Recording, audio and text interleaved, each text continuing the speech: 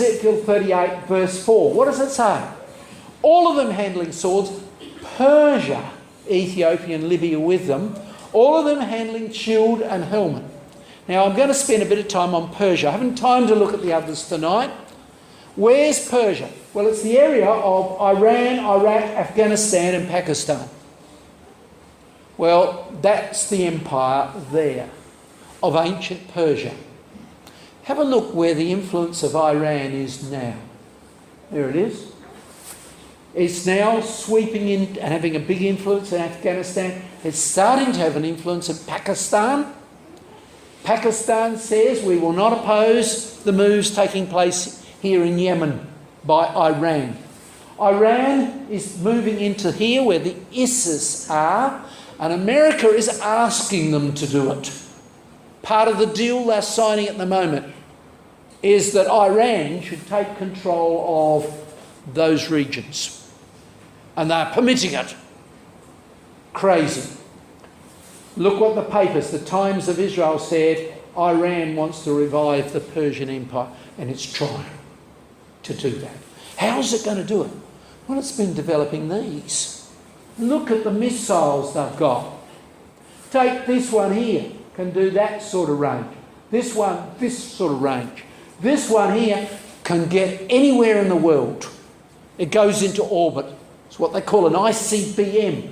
And now when it comes out of orbit, it enters the country at 14,000 kilometres an hour. No missile is known, ground to air, to be able to intercept one at that speed. And Iran has developed them. But Iran's not only doing that, it's developing nuclear weapons with the assistance of Russia. Does that surprise us? Of course not. What the scripture says, Russia and Persia will be there together. Last year, America tried to stop Iran developing nuclear weapons. They were talking about it. Going to sign a deal in November the 25th. Just before that date, Russia came and said, we'll build 2 nuclear reactors in Iran, 2 more, and we'll give you another 8 a little later on. Iran does not need nuclear reactors. It's got all the energy it needs in the world. It's one of the world's leading producers of oil. What does it want all these nuclear reactors for? There's only one reason you can really think about: atom bombs.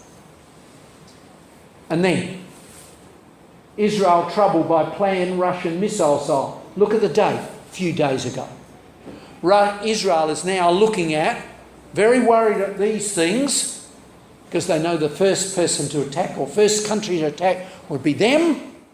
So they're very worried about it.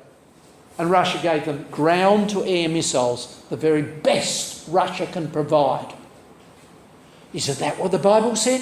Russia will be with Iran or Persia.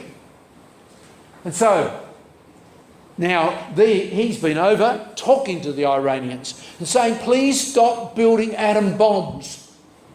All right? And he thinks he's got a deal. But the leading newspaper in Australia, The Australian, and the leading foreign editor of The Australian, a very famous writer, said this. Look at the date, only a few days ago. US President Obama has now effectively guaranteed that Iran will effectively acquire nuclear weapons.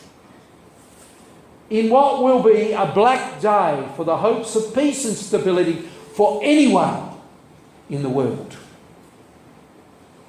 World War. And he's the leading writer there. He was utterly shocked at what was going on. And Iran is very, very powerful in many other ways. Very quickly, look at this. They can close the Straits of Hormuz there, out of which about 40% of the world's oil comes at the moment. They can close it, and they had manoeuvres on December the 25th last year, and they closed it for a few days just to show what they can do.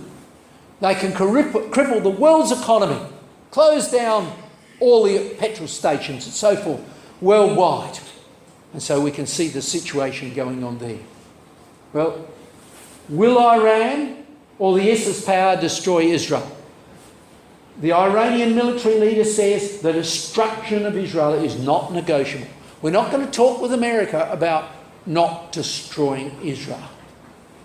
We will destroy it. That's the implication.